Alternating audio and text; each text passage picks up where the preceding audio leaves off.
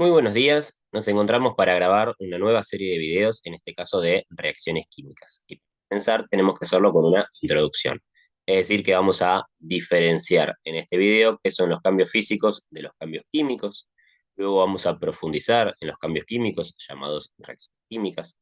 Haremos una clasificación de diferentes reacciones. Veremos cómo interpretar una reacción de forma macroscópica y también de forma microscópica y finalizaremos con algún tema más, para luego continuar con otros vídeos. Comenzamos. Lo primero que vamos a hacer es diferenciar los cambios físicos de los cambios químicos para poder entender bien qué es una reacción. Tenemos un primer caso en donde, por ejemplo, una botella se rompe. Para eso, analicemos un poquitito lo que tenemos al inicio, lo que tenemos al final. Al inicio tenemos una botella de color verde, de vidrio, con cierta dureza, con cierta opacidad. Al final tenemos el mismo color, la misma dureza, el mismo material, la misma opacidad. ¿Qué quiere decir? Que la botella sufrió un cambio porque se rompió, eso no lo podemos negar, pero las sustancias iniciales siguen siendo las mismas que las sustancias finales. Por eso vemos que las propiedades no cambian. Este tipo de cambios se conoce como cambio físico. Repito, un cambio físico es aquel en donde la materia sufre un cambio, pero las sustancias iniciales y finales son exactamente las mismas y por lo tanto las propiedades también lo son. Ahora, ¿qué pasa cuando la madera se quema? Si la madera se quema, vemos cómo comenzamos con madera de cierto color, con cierto olor, con cierta dureza, en estado sólido, y luego se transforma en cenizas y humo. Las cenizas, el humo, tienen un color distinto, tienen un olor distinto. Incluso se producen gases, cosa que en la madera no teníamos presente. Entonces, acá lo que ocurrió es que unas sustancias se transformaron en otras. Y como tenemos sustancias nuevas, es lógico que tengan propiedades distintas. Es por eso que este es un cambio químico. Entonces, un cambio químico es aquel en donde unas sustancias se transforman en otras sustancias distintas. Y nosotros nos damos cuenta por las diferentes propiedades que se usan. ¿Qué pasa cuando un clavo se oxida? Si el clavo se oxida, cambia su color, cambia su textura porque se desgrana fácilmente. También cambian sus propiedades magnéticas, ya que el clavo de hierro o acero es atraído por un imán y si está oxidado ya no lo hace. Esto se debe a que aquí también ocurrió una reacción química. El clavo, al oxidarse, se transforma en una sustancia nueva, una sustancia distinta. Por eso que este es un cambio químico. Por último, cuando el agua líquida se congela, ocurre un cambio de estado. ¿Bien? Hay un cambio en las propiedades. Sin embargo, ¿el hielo es agua o no? Sí, el hielo es agua en estado sólido. Por lo tanto, la sustancia inicial sigue siendo la misma que la sustancia final. Eso quiere decir que este también es un cambio físico. Y eso lo podemos generalizar para todos los cambios de estado. Cambios de estado siempre son cambios. Bien, habiendo visto los ejemplos, pasamos a redondear un poquitito mejor la diferencia entre estos cambios. Cambios físicos son aquellos en donde se altera el aspecto de una sustancia, puede que se rompa, que se doble o que cambie de estado o incluso que se mezclen unas sustancias con otras. Todos esos son ejemplos de cambios físicos. Cuando pasa esto, hay un cambio en las sustancias, pero no se modifica su estructura interna.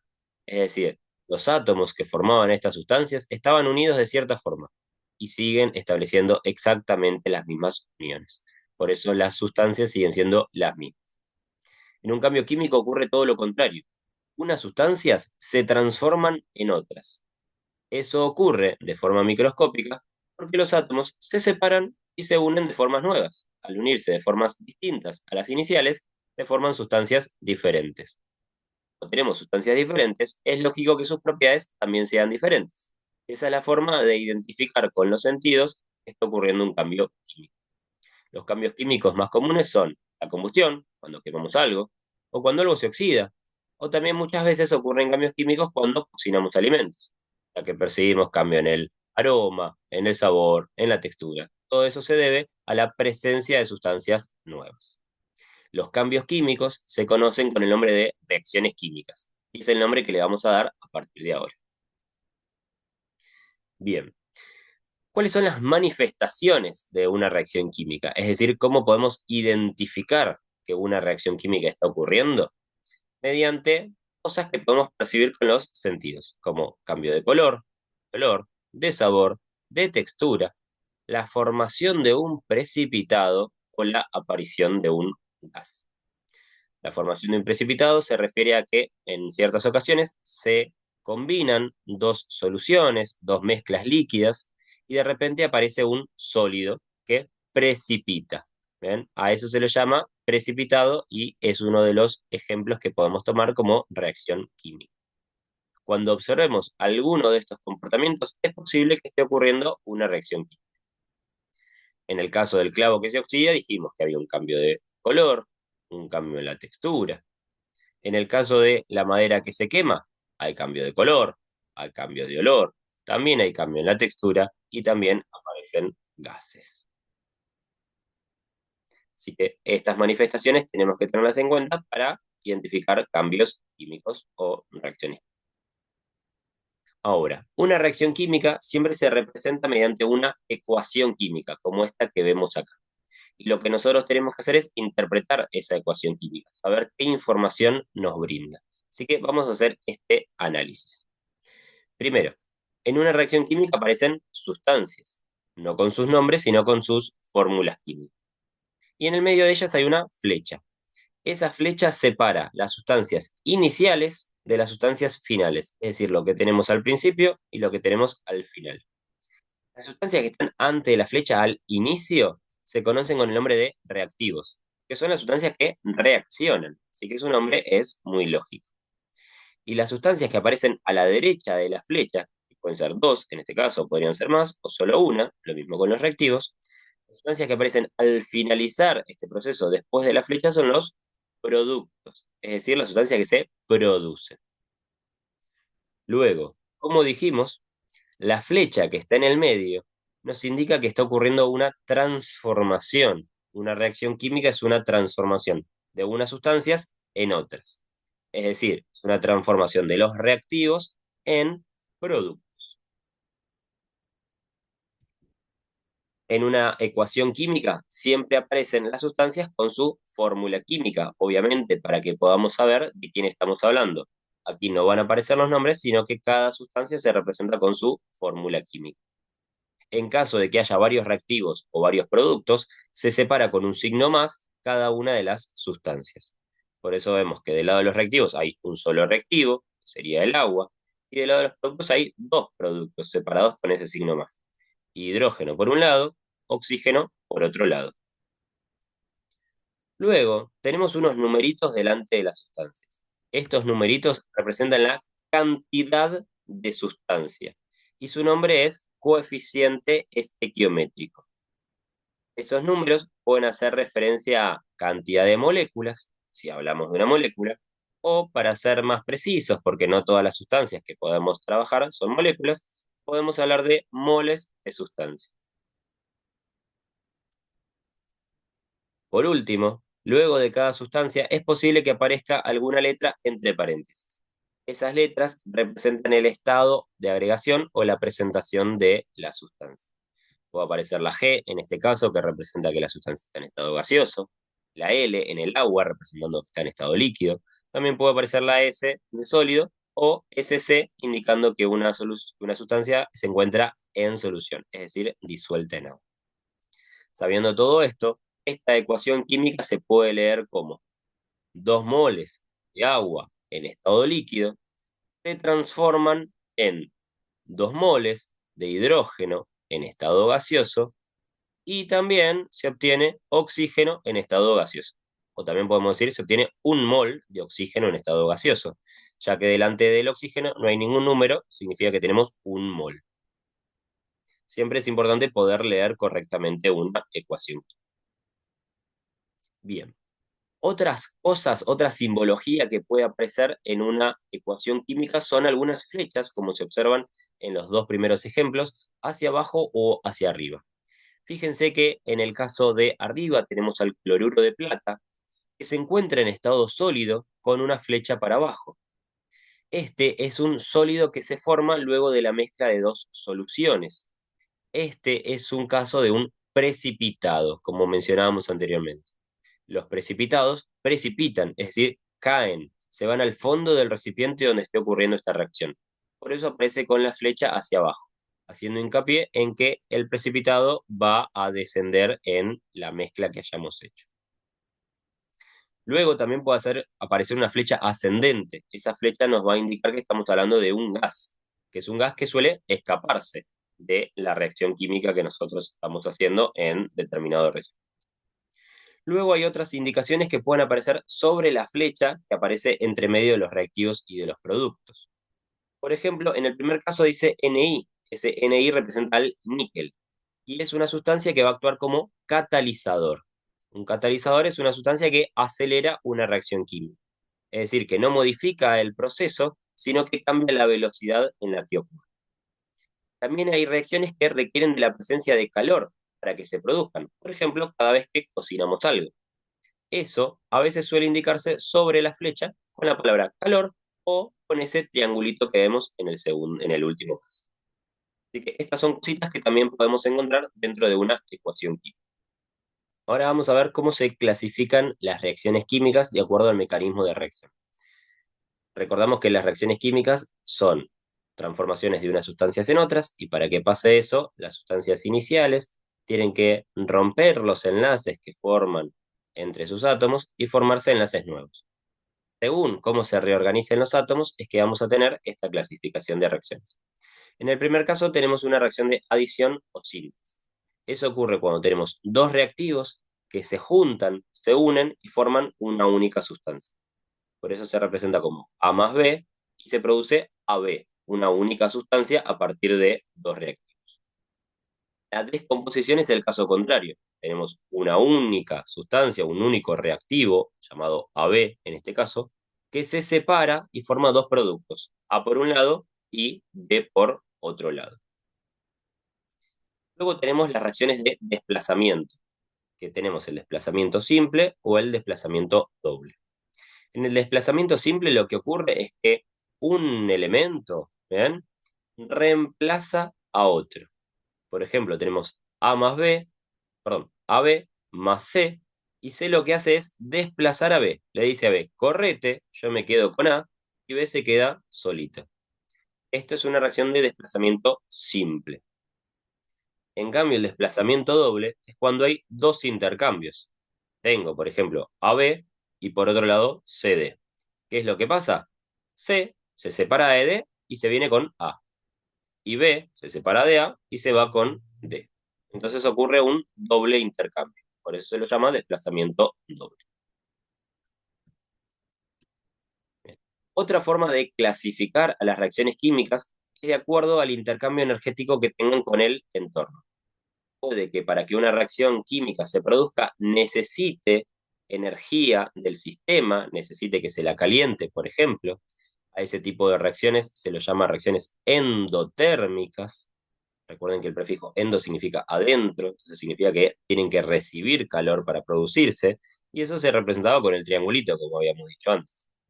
Y lo contrario son las reacciones exotérmicas. Son las reacciones que liberan energía cuando se producen, muchas veces en forma de calor. Una reacción exotérmica, por ejemplo, es la combustión. Cada vez que quemamos algo se libera energía en forma de calor. Así que esta es otra forma de clasificar a las reacciones químicas.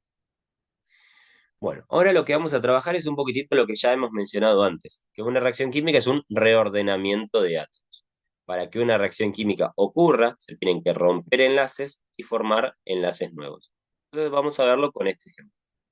Esta reacción química comienza con un reactivo que es el agua. Digamos que tenemos 2 moles o 2 moléculas de agua. Una molécula de agua está formada por un átomo de oxígeno y 2 átomos de hidrógeno. Así que acá la tenemos 2 veces ahí dibujada. Para que ocurra una reacción química, lo primero que va a pasar es que los átomos se van a separar. Entonces acá los vemos separados. Y una vez que se rompen esas uniones, los átomos no son estables solos. Por lo tanto, tienen que formar enlaces nuevos. ¿Qué enlaces se van a formar? Y en este caso, un átomo de oxígeno se va a juntar con el otro átomo de oxígeno y van a formar la sustancia oxígeno, O2, formada por 2 átomos de oxígeno. Que ya tenemos uno de los productos formados. Los otros átomos de hidrógeno se van a juntar de a dos y van a formar primero una molécula de hidrógeno formada por dos átomos de hidrógeno y los otros dos átomos de oxígeno van a formar otra molécula de hidrógeno. Entonces, acá vemos cómo a partir de dos moléculas de agua se formaron dos moléculas de hidrógeno y una molécula de oxígeno. Ustedes se dan cuenta, la cantidad de átomos que había al inicio y al final es exactamente la misma. En una reacción química, los átomos no desaparecen ni aparecen átomos nuevos, ni tampoco se transforman de unos elementos a otros. Por eso al principio teníamos hidrógeno y al final tenemos hidrógeno. Al principio teníamos oxígeno y al final tenemos oxígeno. Y la cantidad de átomos al inicio y al final es exactamente la misma. Acá vemos el antes y el después al mismo tiempo, cosa que en realidad no ocurre, porque en una reacción química tenemos primero los reactivos y después los productos, pero acá aparece todo al mismo tiempo para que ustedes lo vean bien. Entonces, para que una reacción química ocurra, siempre se tienen que romper enlaces y luego formar enlaces nuevos. En una reacción química se cumple la ley de conservación de la masa y la materia o ley de Lavoisier. La ley de conservación de la materia la acabamos de comprobar, porque vimos que la cantidad de átomos iniciales y finales se conserva, es la misma. Eso pasa en toda reacción química. La ley de conservación de la masa lo que dice es que la masa de los reactivos tiene que ser exactamente igual a la masa de los productos. Así que ya que estamos, vamos a calcularlo para ver si es correcto que se cumpla. Primero calculamos las masas relativas de cada una de las sustancias: 18 gramos para el agua, 2 para el hidrógeno y 32 para el oxígeno. Y ahora lo que vamos a hacer es reemplazarlas en esta ecuación. Lo que hacemos es escribir la masa del agua y la vamos a multiplicar por 2, porque tenemos 2 moles. Luego tenemos la masa del hidrógeno, que es 2, y también la multiplicamos por 2, porque hay 2 moles de hidrógeno, y le sumamos la masa del oxígeno, que es 32. Acá simplemente tenemos que resolver estas cuentas. 2 por 8 me da 36, 2 por 2, 4, el 32 lo bajo así como está. Y ahora simplemente hago la suma 4 más 32 y me da lo mismo que del lado de los reactivos. Esto quiere decir que se cumple la ley de conservación de la masa. La masa inicial es exactamente igual que la masa final. Esto es porque la materia no se crea ni se destruye, sino que simplemente se transforma. Entonces, en una reacción química que se produce en un sistema cerrado, esto es muy importante, la suma de la masa de los reactivos es igual a la suma de la masa de los productos. Si esto ocurre en un sistema abierto, es decir, por ejemplo, en una olla sin tapa, ¿ven? La reacción química también va a generar que ocurra una conservación. Pero en un sistema abierto, algunas sustancias pueden escaparse. Y si hacemos el conteo al final, quizás no coincide con lo inicial, pero simplemente porque parte de la sustancia se fue del sistema.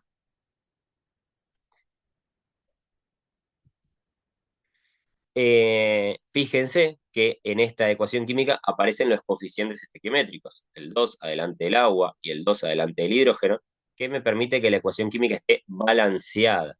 Sin esos numeritos, la ecuación química está incompleta y vemos que son fundamentales para que se cumpla la ley de conservación de la masa. Por lo tanto, estos numeritos siempre tienen que estar, siempre tenemos que ver cómo se balancea una ecuación. Ese será el tema del próximo video. Pero esperen que todavía no terminamos. Recién dijimos que para que ocurra una reacción química, los átomos se tienen que separar. Pero, ¿por qué se separarían los átomos? Lo que ocurre es que para que una reacción química se lleve a cabo, se produzca, tienen que cumplirse determinados requisitos. Esos requisitos son los que menciona la teoría de los choques. El primero de esos requisitos es que los reactivos siempre tienen que estar en contacto. Si los reactivos, las sustancias iniciales, no están en contacto, es imposible que la reacción química ocurra. Así que ese es nuestro primer requisito. Luego el segundo requisito es que los reactivos choquen, que las moléculas de los reactivos choquen unas contra otras. Por eso esto se llama teoría de los choques. Y es por eso también que la mayoría de las reacciones químicas ocurren en estado gaseoso, donde las sustancias tienen mucho movimiento, o en estado líquido o en solución, en donde al ser fluidos también podemos generar mucho movimiento entre las sustancias y por lo tanto muchos choques. Es más difícil que una reacción ocurra en estado sólido, aunque también puede ser. Una vez que ocurren los choques, podemos tener dos tipos de choques. Choques que se llaman eficaces o choques no eficaces. Un choque eficaz tiene que tener la energía suficiente, es decir, tiene que chocar con mucha velocidad. ¿Por qué? Porque en este choque se tienen que romper los enlaces, se tienen que separar los átomos, y para que se separen, el choque tiene que ser muy violento. Entonces, otro de los requisitos es que el choque tenga la energía suficiente. Esa energía la llamamos energía de activación. Y por otro lado, para que el choque sea eficaz, también tiene que ser con la orientación adecuada. Es decir, si las moléculas chocan de cualquier manera, no va a ocurrir la reacción química. Siempre tienen que chocar de determinada forma, con determinada orientación. Y eso va a depender de cada reacción química. Entonces, en este caso vemos que arriba tenemos un choque eficaz porque ocurrió con la energía suficiente y con la orientación adecuada. En el caso de abajo tenemos un choque que quizás ocurrió con la energía suficiente, pero no con la orientación adecuada, por eso es no eficaz. En el caso de arriba, como el choque es eficaz, se va a producir una reacción química, es decir, los reactivos se van a separar, esos átomos se van a separar y luego se van a unir de una forma distinta. Vemos entonces cómo en el caso de arriba, las sustancias que tenemos ahora son distintas que las sustancias iniciales, es por eso que ocurrió una reacción química. En el caso de abajo, luego del choque, las sustancias siguen siendo las mismas que al inicio, exactamente iguales. Por lo tanto, acá no ocurrió una reacción química. En definitiva, según la teoría de los choques, para que una reacción ocurra, tienen que ocurrir tres requisitos. El primero es que los reactivos estén en contacto. El segundo es que los reactivos choquen entre sí y ese choque tiene que ser eficaz. Un choque eficaz es aquel que ocurre cuando las moléculas chocan con la energía suficiente, llamada energía de activación, y además ese choque tiene que ocurrir con la orientación adecuada. Si se cumplen estos tres requisitos, una reacción química transcurrirá. Si no, no sucederá. Bueno, eso ha sido todo por hoy. Hicimos un repaso de toda la parte teórica de lo que son las reacciones químicas. En el próximo video lo que haremos es el balanceo de las ecuaciones químicas, que es algo importantísimo a la hora de realizar cálculos u otro tipo de... Eso es todo por hoy. Nos vemos en la próxima. Hasta luego.